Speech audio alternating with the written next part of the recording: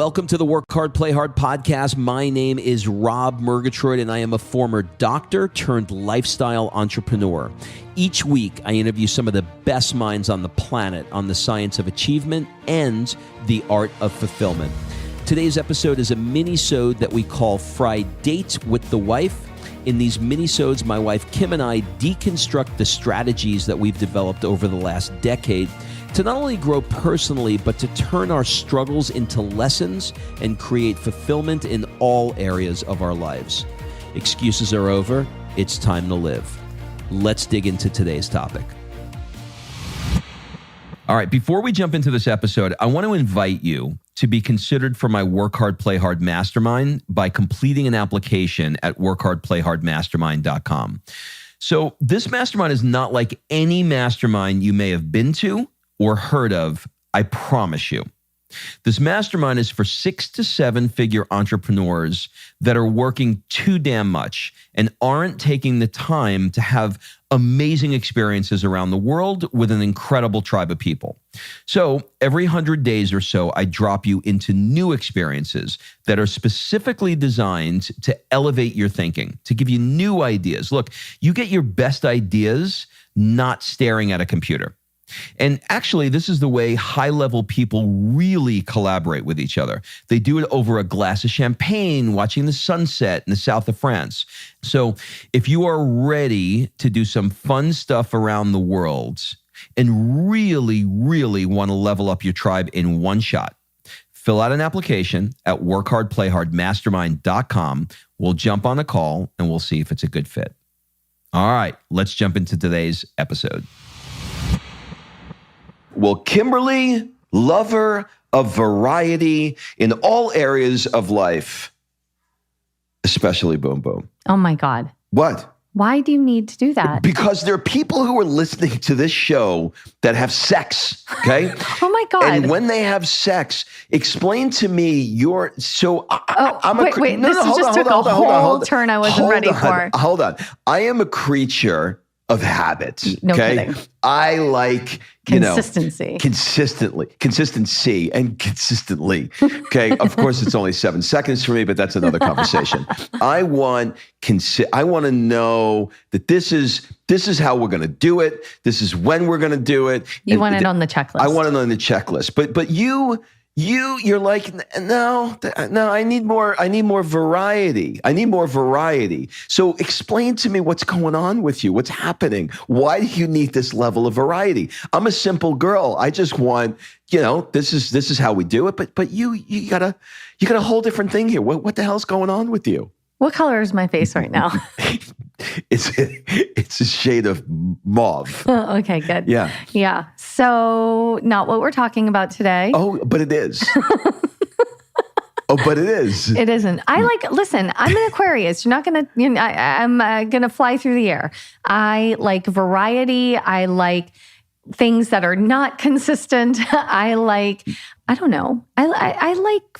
You like to change it up. I like to change it up. I like to not know how things are happening all the time. Listen, you know this about me. Nothing gets me more excited, and I don't mean in that way, than finding a new shortcut. Like, I thrive on finding new ways to get to a location. Like, I do this when I go to choreology class. I will take different roads. So are there new ways that you need to get to my location? Is that what's happening here? No, I like variety in all areas of life. That's okay, it. in every area. Because it's the spice of life. Yeah. Okay. So I'm going to let you off the hook here, Thank you. But I wanted to make you a little red for a second because I appreciate that. Tony Robbins has the 6 human needs, which we don't need to go into here, but there are 2 of them when you're in a relationship with somebody. There are 2 of them that can be very juxtaposed. Juxtaposed? I don't think it's juxtaposed. I think it's juxtaposed. You're basically saying they're the opposite. Yeah, they're sort of I want to say they're like in conflict with each other or they're reciprocal in some way. But basically, I am a guy that loves certainty, right? I want to know, like my friend Lori Harder asked me once, do you wait for the magic to happen? And my answer was, if I know it's going to be at 8:30, yes. And so she laughed. And so that is my, that's my level of spontaneity, right? I have a checklist for a checklist for a checklist, and I need to know everything that's going on. So for whatever the reasons in my past or in my DNA or in this lifetime that I'm in, I want things to be certain. Kim does not. Kim, and by the way, with certainty, if you know Tony's needs, there's a flip side to it, which is uncertainty. Kim very comfortably and easily steps into uncertainty and steps into another one of those human needs, which is variety. I don't want any variety. Okay?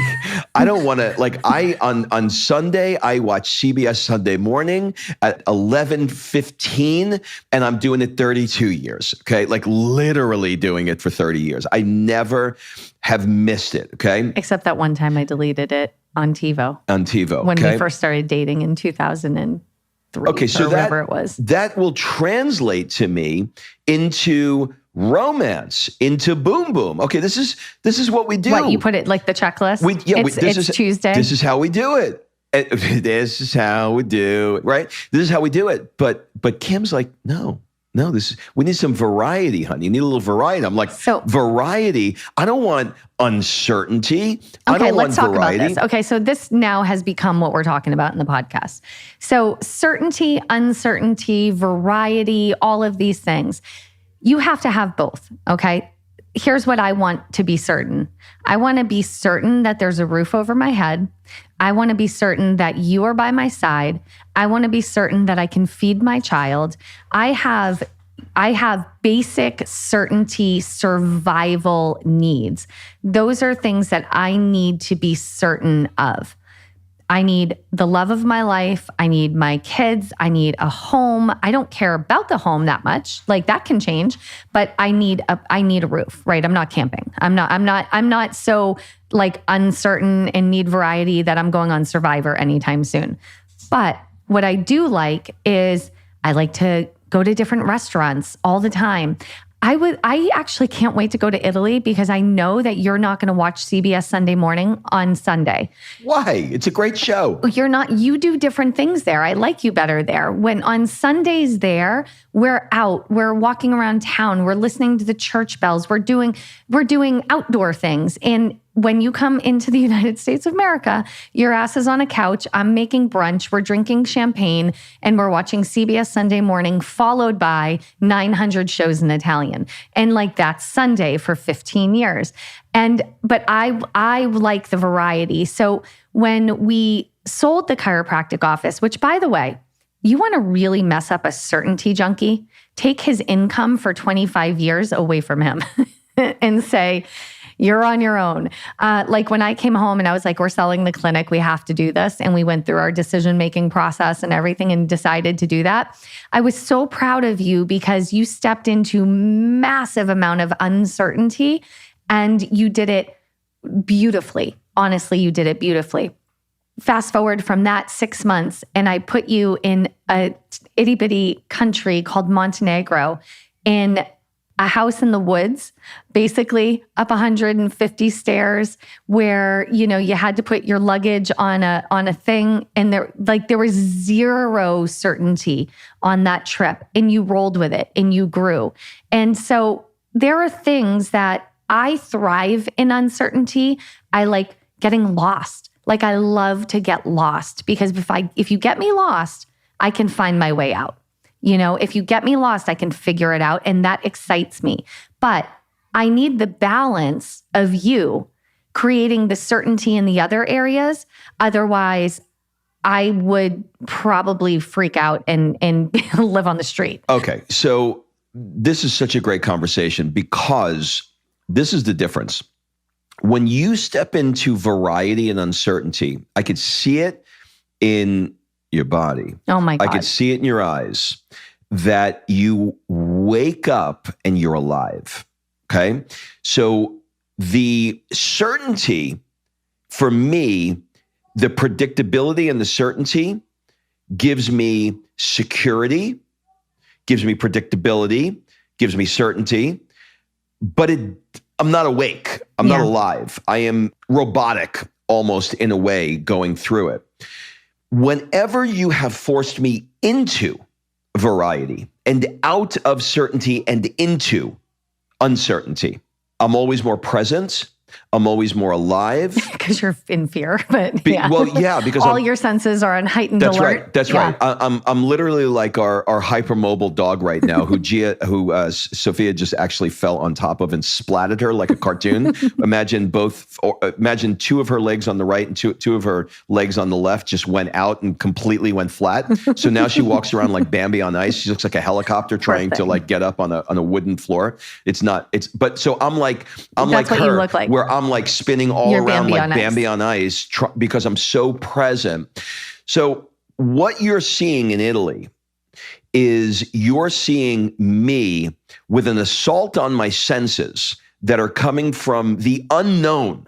I don't know the language. I don't know I don't understand. These are new church bells that are ringing. This waitress who's bringing the food, I'm having a little bit of trouble communicating with. She's not American, so I don't have that American connection where like my subconscious is like, I get you. This is a part-time job for you. I get it. The other one is like a 67-year-old guy who's a proud waiter, and I'm like, oh God, he's like, I wonder about this guy. Like how long has he been doing this for 60 years? So everything is, I'm on heightened alert where my pupils are dilated and I'm looking at every sense and smell and thing, and it makes me alive and steps me into variety and uncertainty. Now, I would not do that if it wasn't for you. I wouldn't. I would stay in my bubble. Okay, so when we first got together, Rob's like, yeah, I love to travel. And we were, making sure that each other enjoyed the things that we enjoy.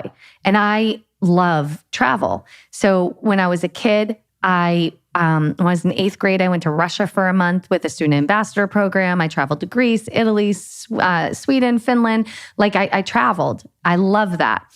I met Rob, and Rob's like, yeah, I love to travel. And he's like, I've been to Italy. I love Paris. And right now, basically, at that time, he was doing New York, LA, Miami, New York, LA, Miami, every other week, New York, LA, Miami. Certainty, predictability. He did this routine. And so when I came into his life, he's like, okay, this week is Miami. Okay, next week is New York. Okay, next week. And after we did that circuit a couple of times, I was like, okay, can we just stop for a second? And what if we didn't do that? And we took all the money that's being spent doing these 3 things that like you've literally done 100 times this month or this year. And we did something weird, like go to Brazil. His face, the panic. I still remember you were like, but where would we even stay? What would we even do? What do you do there? What do you do there? Is there something there? Like, what do you, and like he couldn't function because he didn't know the restaurant to go to or the hotel to stay at. And, and I'm lit up because I'm like, we'll just figure it out. And that's what we'll do. But together we joke and say together we make one person, but we really do, because I lean into uncertainty and you dial me back. So I'm not a nomad. Like I would literally just pack everything up and be nomadic forever if you didn't pull me back just a little bit and create some consistency. There's also the other side of this, right? Where when you're constantly in that state of high alert, that's tiring, okay? Oh, yeah. And you need that sense of certainty somewhere.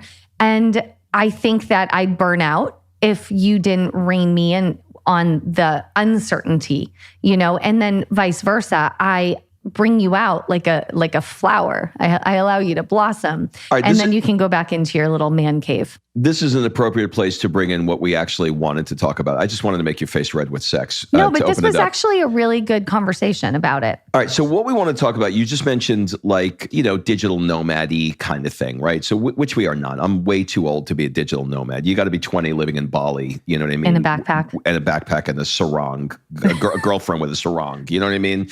Wait a minute, are you wearing the sarong? I think actually probably if I was 20 and in Bali, I think I would be hanging out with guys that wore sarongs. You really would be in a sarong. And with a man bun, yeah. Okay. So I've been getting asked this really interesting question from 3 different friends, and they range in income backgrounds, they range in states that they live in, and they range in the kind of work that they do. Age, but they've all asked me this question. And when the first person asked it, I was like, oh, that's weird. And then the second one and the third one, and I realized that this is a thing. Here's the question that they asked when they found out that we were moving to Florence, Italy. When you're in a place, this was the tone of all 3 questions. So I'll combine it together just for the sake of clarity. When you're in a place like Florence, Italy, where you're surrounded by the world's best art and best wine and best food and people and blah, blah, blah, won't you lose your motivation and drive to make money? Is essentially what they were saying. And I remember being really perplexed by the question. And I was like, well, what do you mean? They're like, well, if I lived there, I would be out wanting to enjoy it and not working.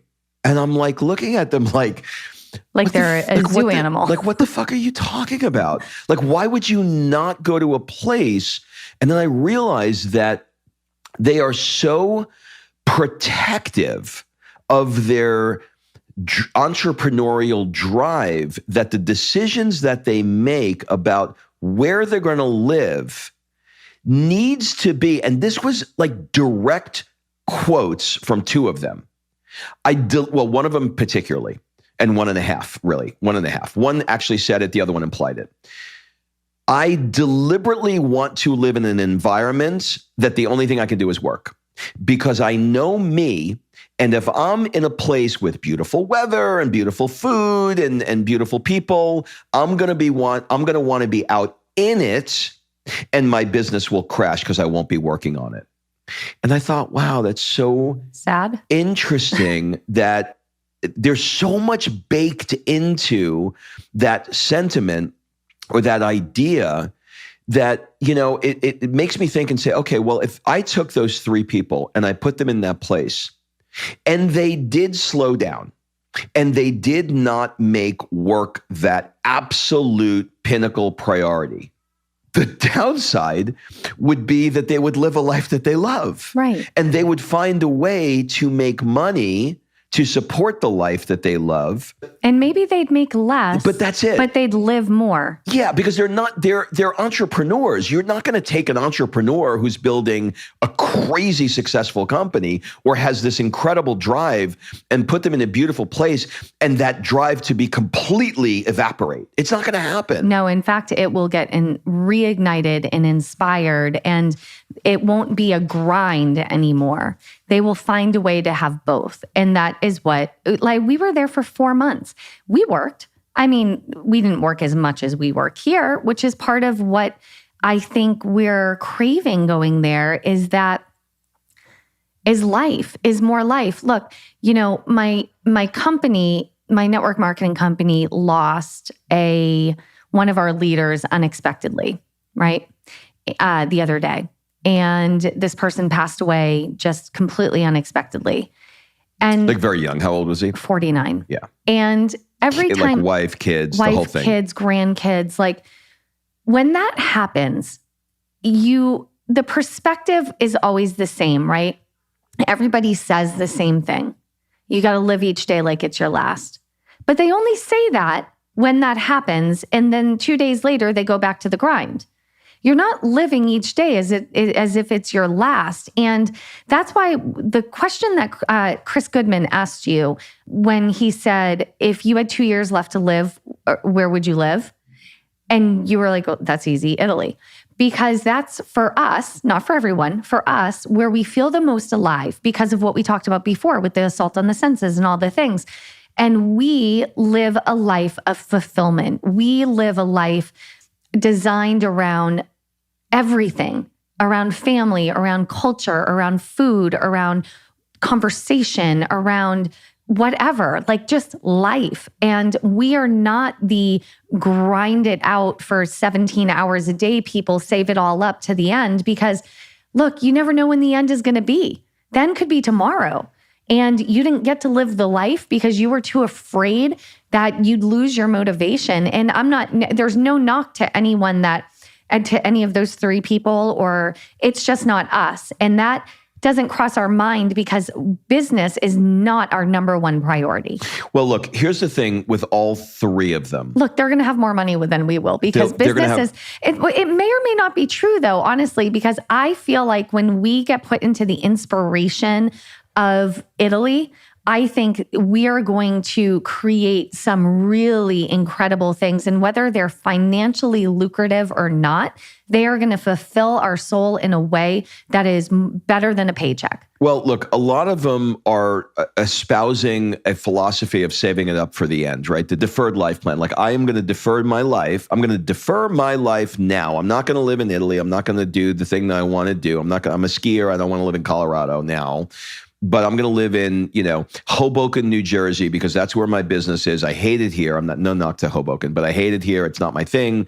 But I'm going to do this because at the end, I'm going to cash out with a big pile of money, right? And then I'm going to go live. But that's not going to happen. What they're going to do is they're going to cash out and they're going to cash into something else, and it's going to keep going because that's what they know. Because they've built that muscle. Now, I'll leave you guys with this. One of my friends has, and I won't mention his name. I don't think he'd give a shit, but I think it's worth it to mention.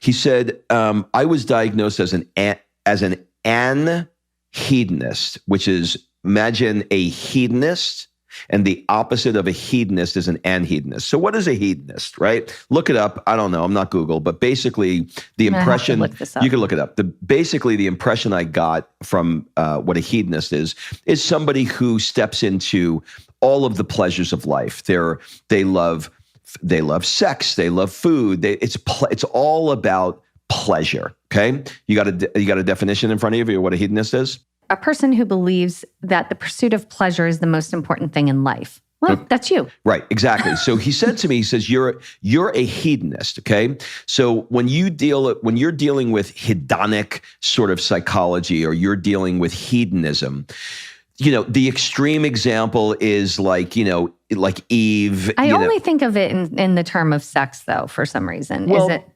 It's really not. No, it's not. It's all the pleasures of life. A hedonist is someone who tries to maximize pleasure and minimize pain. Jordan Belfort, the Wolf of Wall Street, is the quintessential hedonist. Okay, so everything about Jordan was around, pleasure. Well, that was about money and wealth and, that's pleasure. That's a weird one. It's a weird example. But yeah, okay, so I got it. Okay, so when you think of Italy, right, and you think of La Dolce Vita, well, what is it? It's the beautiful life. Well, what is the beautiful life? No part of the beautiful life is work, right? The part of the beautiful life is the hedonic pleasures of people and art and wine and food and conversation. That's hedonist, right? That's being a hedonist. My friend said when he was talking to somebody, they said, well, you're an anhedonist. This is the guy who said, I am specifically working in a place that I'm specifically living and working in a place that gives me little pleasure. Because if I go to a place that gives me a lot of pleasure, that I will have too much pleasure and I won't work on work. So there is one... Talk about a limiting belief. There's one step that's beneath this, which is, am I somebody that wants to go all in on pleasure in the way that a hedonist does, or which is the definition of a hedonist, or am I somebody that doesn't? Because, somebody who's just... What if you just kind of vacillate in the middle? Well, do you know what I mean? Listen, this is the thing for life, right? You're not You don't You're have not to a have one hedonist or an anhedonist. There are times when you're more hedonistic and there are times when you're anhedonistic. This is the thing I love about the Italians. They recognize that when they are in the moment and they're like everything for them is domani, right? So Today Which is super helpful when you're trying to get a visa. Yeah, but today it's like we're going to have pizza and pasta and we're going to have wine and we'll deal with that tomorrow. So in this moment, we're going to be hedonistic. But how great. So this is the thing for me. And again, we're all different and I'm not knocking anyone else's dreams or journey or path, because if I heard this 10 years ago, I'd probably be like, yeah, I don't understand. I can't relate. But when you're saving it all up for the end versus going in on the pleasures of life, I just feel like your inspiration is going to be drained. That's why what you do with the work hard, play hard experiences is so important, because you're taking these entrepreneurs that live in places so they can grind it out, and you're popping them into an assault on their senses. So it brings out that hedonistic vibe in them, which reignites the passion so they can go home and take their business to the next level. And that's the key they're not getting. And force them into uncertainty and force them into variety, which brings this whole thing full circle. See what came through here? See? You wanted to talk about this. I talked about sex, but the whole thing. So it all comes back to sex. It all comes back to sex. You're right.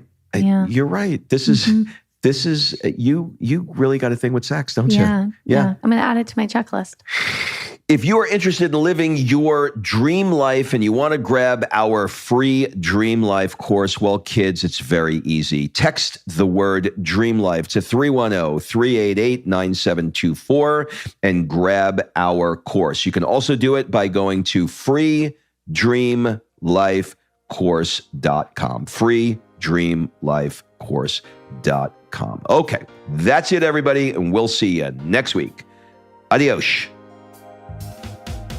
All right, thanks for listening. If you love this episode and you know someone that needs some help in either stepping up their work hard game or their play hard game, it would mean the world to me if you shared this podcast with them to help me get this movement out there. So if you like what you heard, head on over to iTunes, take 30 seconds and leave me a 5-star review, and I will be forever grateful. So until the next episode, excuses are over. It's time to live.